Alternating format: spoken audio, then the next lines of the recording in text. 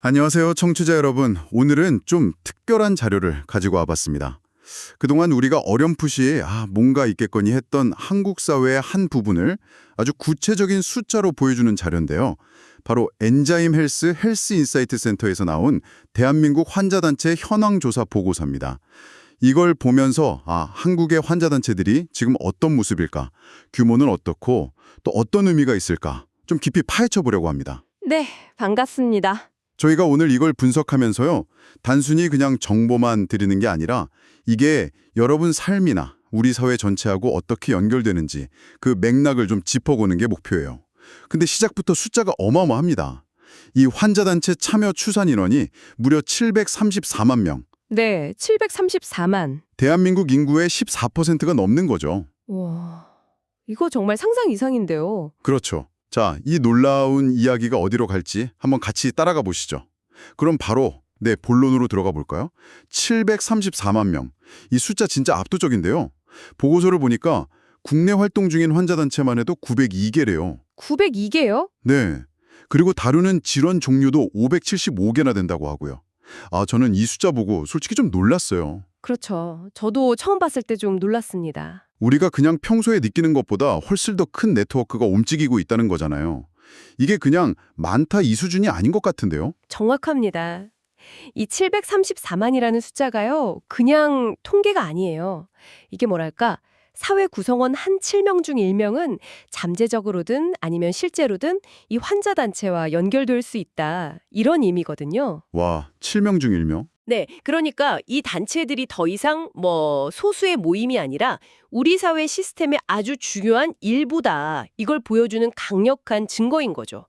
이렇게 많은 사람들이 그것도 자발적으로 모여서 활동한다는 것 자체가 어쩌면 기존의 공식적인 의료 시스템이나 사회 지원만으로는 뭔가 채워지지 않는 그런 갈증, 갈증이요? 네, 정보에 대한 갈증일 수도 있고 정서적인 어떤 연대? 아니로 같은 경험을 나누는 공동체에 대한 갈증 같은 거요. 그런 게 분명히 있고 그걸 이 단체들이 해소해주고 있다. 이런 방증이겠죠. 이 엄청난 규모 자체가 이미 상당한 사회적 무게감을 갖는다고 봐야 합니다. 그렇군요. 그 채워지지 않는 갈증이라는 표현이 되게 와닿네요. 그럼 이 900개가 넘는 단체들, 주로 어떤 질환에 좀 집중되어 있을까요?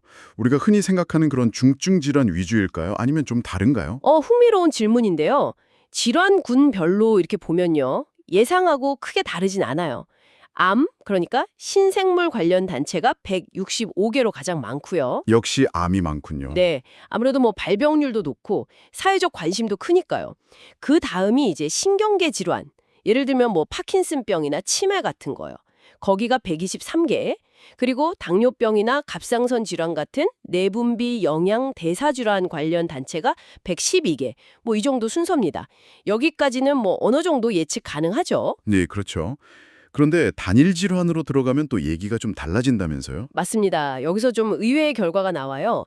단일 질환만 딱 놓고 보면요. 당뇨병 관련 단체가 65개로 압도적 1위예요. 당뇨병이요? 암이 아니라? 네. 그 뒤가 이제 암 일반이 32개, 유강암이 31개, 그리고 허리 디스크, 그러니까 추간판 탈출증이 31개, 파킨슨병이 28개. 이런 순서거든요. 당뇨병이 1위라는 거, 그리고 암 중에서도 유방암 단체가 유독 많다는 거, 또 허리 디스크 관련 단체가 이렇게 많다는 거, 이게 좀 시사하는 바가 있죠. 허리 디스크가 31개나 된다는 건 저도 진짜 좀 의외인데요. 암이나 당뇨병처럼 생명이랑 직결되거나 아니면 만성적으로 관리 부담이 큰 질환 말고도 좀 흔하지만 삶의 질에는 엄청 영향을 미치는 그런 질환들에 대한 커뮤니티 수요도 상당히 크다. 이렇게 볼 수 있겠네요. 네, 정확한 지적이십니다. 단순히 유병률이 높다거나 병이 심각하다, 이것만이 단체 형성의 유일한 기준은 아니라는 거죠. 당뇨병 같은 경우는 평생 관리가 필요하잖아요. 그렇죠. 그러니까 지속적인 정보 교류, 생활관리 노하우 공유, 정서적 지지 이런 게 정말 필수적이거든요. 유방암 같은 경우는 치료 과정에서의 어떤 신체적, 정신적 어려움도 크지만 치료 후의 사회 복귀 문제나 여성으로서의 정체성 문제 같은 좀 복합적인 지원 요구가 있어요. 그래서 커뮤니티가 활성화되는 경향이 있고요. 그렇군요. 추간판 탈출증, 허리 디스크도 마찬가지예요. 통증 관리나 재활 정보, 시술이나 수술 경험 공유 같이 환자들끼리 나눌 수 있는 실질적인 정보가 굉장히 많거든요. 결국은 그 질병의 특성, 그러니까 얼마나 오래 앓는지, 일상생활에 얼마나 영향을 주는지, 치료 과정이 복잡하거나 정보가 부족하지는 않은지, 사회적 편견은 없는지, 이런 모든 요소가 복합적으로 작용해서 특정 질환의 단치수를 결정한다. 이렇게 볼 수 있습니다. 어쩌면 그 단체수가요, 그 병을 앓는 환자들이 겪는 정보나 지원의 공백 크기를 보여주는 지표일 수도 있겠다 싶어요. 정보 및 지원의 공백 크기를 반영하는 지표다. 상당히 의미심장한 해석이네요. 자, 그럼 이 거대한 네트워크, 734만 명 규모의 이 생태계가 하루아침에 생긴 건 아닐 텐데요. 어떤 과정을 거쳐서 지금 모습이 된 걸까요? 뭐랄까, 거대한 숲이 만들어지듯이요. 네, 비유가 좋네요. 보고서를 보면요, 씨앗이 뿌려진 건 1990년대라고 해요. 몇몇 질환 중심으로 환자나 가족들이 작게 모이기 시작한 거죠. 근데 진짜 본격적으로 성장한 건 2000년대 초반이에요. 2000년대 초반. 네, 바로 인터넷, 특히 그 초고속 인터넷 보급이랑 포털 사이트의 카페나 커뮤니티 서비스가 활성화된 게 결정적인 계기가 됐어요. 예전에는 같은 동네 살거나 같은 병원 다니지 않으면 만나기 어려웠잖아요. 그렇죠. 근데 온라인 공간에서는 시공간 제약 없이 서로를 그냥 발견하고 연결되기 시작한 거예요. 아하. 그러니까 이 디지털 기술 발전이 환자들이 원래 가지고 있던 그 연결되고 싶다, 정보 나누고 싶다는 욕구를 확 터트린 촉매제 역할을 한 거군요. 바로 그겁니다. 아, 나랑 같은 병 앓는 사람이 또 있구나. 나만 이렇게 힘든 게 아니었어. 이런 어떤 동질감이나 위안, 그리고 병원에서는 좀 얻기 힘든 생생한 투병 경험이나 정보들, 이런 것들이 온라인 커뮤니티를 통해서 막 공유되면서 환자 단체가 폭발적으로 늘어난 거죠. 보고서에 따르면 2016년에서 2020년 사이에 그 수가 정점을 찍었다고 하거든요. 비교적 최근이네요. 네, 그렇죠. 비교적 최근까지도 양적인 팽창이 계속됐던 셈이에요. 그리고 이제는 단순히 숫자만 늘리는 단계를 지나서 운영의 어떤 내실을 다지고 좀 더 조직적인 활동을 찾는, 뭐랄까, 성숙기에 접어들었다. 이렇게 분석하더라고요. 초기에 막 흩어져 있던 작은 샘들이 모여서 강물을 이루고 이제 그 강물이 더 넓은 바다로 나가려고 방향을 찾는 단계, 이렇게 볼 수 있겠죠. 성숙기에 접어들었다는 점도 그렇고 단체 규모 자체가 커지고 있다는 점도 좀 봐야 할 것 같은데요. 절반 이상이 회원 1000명 이상이고 거의 16%는 1만 명이 넘는다고요? 이건 그냥 친목 모임 수준은 아니잖아요. 네, 그 점이 중요합니다. 1만 명 이상 회원을 가진 단체가 143개나 된다는 건요, 이들이 단순한 정보 교류나 정서적 지지를 넘어서 상당한 사회적 영향력을 가질 수 있는 잠재력이 있다, 이런 뜻이거든요. 사회적 영향력이요? 네. 예를 들어서 특정 질환에 대한 사회적 인식을 좀 바꾸거나 아니면 신약 도입이나 보험 급여 확대를 위해서 목소리를 낼 때 이 정도 규모면 무시할 수 없는 힘이 될 수 있죠. 이게 그냥 온라인 커뮤니티 만들어서 관계망 넓히는 그런 흐름뿐만 아니라 더 크게 보면 환자들이 더 이상 그냥 수동적인 치료 대상이 아니라 자기 권리를 주장하고 의료 시스템 개선에도 참여하는 그런 능동적인 주체로 변화하고 있다. 이런 더 큰 사회적 변화랑 맞닿아 있다고 볼 수 있어요. 능동적인 주체로의 변화. 인상적이네요. 그런데 이렇게 규모가 커지고 활동도 활발해지면 운영 방식도 되게 중요할 텐데요. 아까 그 902개 단체 중에 77.7%, 거의 80% 가까이가 공식 등록 없이 개인이 운영한다고 하셨잖아요. 네, 맞아요. 이건 진짜 농담 비율인데요. 보통 이런 규모면 법인이나 협회 같은 공식 형태를 띨 거라고 생각하기 쉬운데 이 비공식성, 이게 뭘 의미할까요? 장점도 있고 단점도 있으려나요? 아, 굉장히 중요한 포인트입니다. 이 압도적인 비공식성. 이게 한국 환자단체의 가장 큰 특징이고 어쩌면 가장 큰 힘의 원천일 수도 있어요.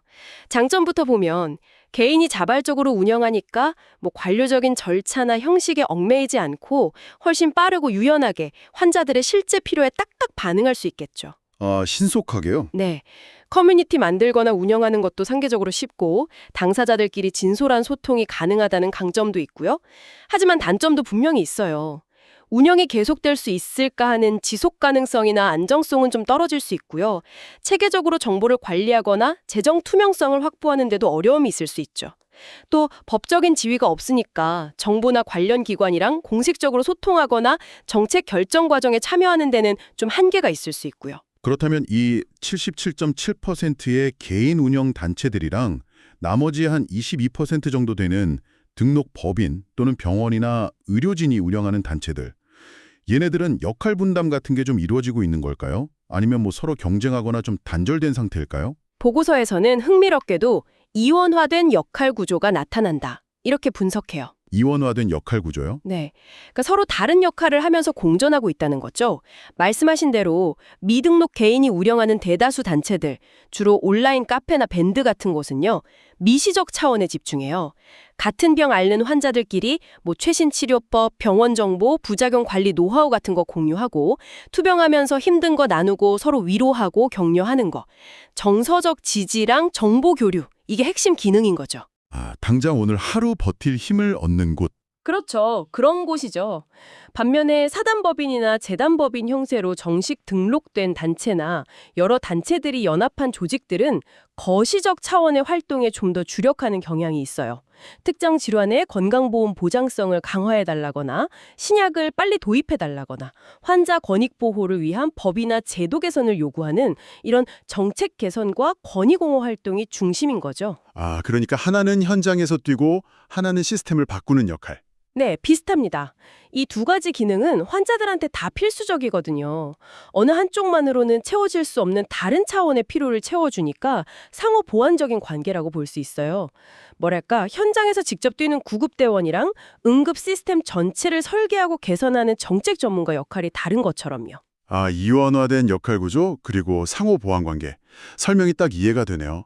그런데 온라인 커뮤니티가 주된 소통 창구라고 하셨는데 여기서 또 다른 딜레마가 있을 것 같아요. 바로 프라이버시 문제요. 네네. 자기의 민감한 질병 정보를 나누면서도 어떻게 사생활을 보호할 수 있을까? 이게 고민일 텐데요. 정확히 짚어주셨습니다. 보고서에서도 그 문제를 지적하는데요. 온라인 커뮤니티가 활발하게 운영은 되는데 커뮤니티 안에 있는 게시판이나 공유되는 의료 정보를 전체 공개하는 비율은 한 20%에서 40% 수준밖에 안 된대요. 생각보다 낮네요. 네, 대부분은 회원 가입을 해야만 내용을 볼 수 있거나 아니면 특정 등급 이상만 접근할 수 있게 좀 폐쇄적으로 운영된다는 거죠. 이게 뭘 보여주냐면 환자들이 정보 공유나 소통은 정말 필요하다고 느끼면서도 동시에 자기의 민감한 건강 정보가 막 아무렇게나 노출되는 건 아닐까 하는 깊은 우려를 가지고 있다는 거예요. 그렇죠. 당연히 걱정되죠. 네, 익명성 뒤에 숨을 수도 있겠지만 또 완전한 익명성은 다른 문제를 만들 수도 있으니까요. 그래서 각 커뮤니티마다 자기들 나름의 방식으로 이 개방성과 폐쇄성 사이에서 균형점을 찾으려고 노력하는 것 같아요. 이게 환자단체 운영의 중요한 과제 중 하나인 거죠. 그렇군요.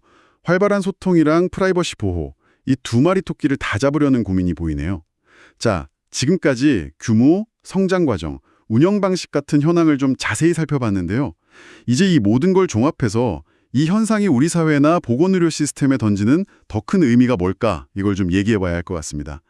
보고서를 낸 엔자임 헬스 인사이트 센터의 강현우 센터장님은 이걸 기존 의료 시스템 안에서 환자 권리 보장의 한계를 보완하려는 사회적 움직임이다 이렇게 해석했던데 여기에 대해서 좀 더 설명을 보태주실 수 있을까요? 네, 강 센터장님의 진단은 아주 핵심을 짚은 겁니다. 734만 명이라는 숫자는요, 단순히 환자가 많다, 이걸 넘어서요. 이분들이 기존 시스템 안에서는 뭔가 충족되지 못한 게 있어서 스스로 움직이고 있다. 이걸 보여주는 강력한 신호라는 거죠. 스스로 움직인다. 네, 이건 환자단체들이 단순히 환자들 모임이 아니라 중요한 사회적 운동의 성격을 가지고 있다는 걸 시사해요. 더 나아가서는 이들이 보건의료 정책 결정 과정이나 의료 서비스 개선 논의에서 절대 무시할 수 없는 잠재적 이해관계자 그룹으로 떠오르고 있다. 이런 의미도 포함하고요. 이분들 목소리가 때로는 정부 정책 변화를 이끌어내기도 하고 제약회사 신약 개발 방향에 영향을 주기도 하고 병원의 환자 중심 서비스 개선을 압박하는 동력이 될 수도 있다는 거죠. 잠재적 이해관계자 그룹이라는 표현 흥미롭네요. 근데 이 보고서가 중요한 또 다른 이유가 있다면서요? 네, 바로 이 보고서 봐요.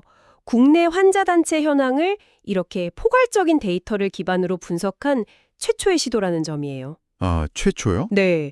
그동안 우리가 그냥 환자 커뮤니티 많다더라, 온라인 활동 활발하다더라, 뭐 이 정도로 막연하게 알고는 있었지만 그 실체를 정확한 수치랑 데이터로 확인한 건 이번이 처음이거든요. 정말 의미가 크네요. 그쵸. 이건 단순히 현황을 파악하는 걸 넘어서 앞으로 우리가 어디로 가야 할지 방향을 설정하는데 중요한 지도를 얻게 된 거나 마찬가지예요. 이 데이터를 바탕으로 해서 이제 정부, 의료계, 제약산업, 시민사회 같은 다양한 주체들이 환자단체라는 이 거대한 네트워크와 어떻게 효과적으로 소통하고 협력하고 궁극적으로 환자 중심이라는 목표를 향해 같이 나아갈 수 있을지 구체적인 논의를 시작할 수 있는 발판이 마련된 거죠. 그래서 이 보고서는 끝이 아니라 새로운 시작을 위한 정말 중요한 첫걸음이다, 이렇게 평가할 수 있습니다. 새로운 시작을 위한 첫걸음. 와, 정말 의미 있는 평가입니다. 오늘 정말 깊이 있는 이야기를 많이 나눈 것 같아요.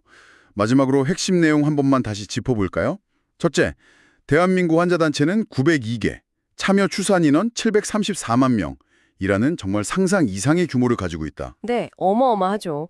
둘째, 2000년대 초반 인터넷 확산과 함께 정보와 연결에 대한 갈증을 동력으로 폭발적으로 성장했고 지금은 성숙기에 접어들었다. 그렇죠. 성숙히. 셋째, 약 80%가 미등록 개인이 운영하는 온라인 커뮤니티 형태인데 이들은 주로 정서적 지지나 정보 공유 같은 미시적 역할에 집중하고 등록된 소수 단체들은 정책 개선이나 권위 공호 같은 거시적 역할에 주력하는 이원화된 구조를 보인다. 네, 이원화 구조. 그리고 이 모든 현상 밑바탕에는 기존 시스템이 채워주지 못하는 환자들의 피로가 깔려 있다는 점까지 맞나요? 네, 아주 잘 정리해 주셨습니다.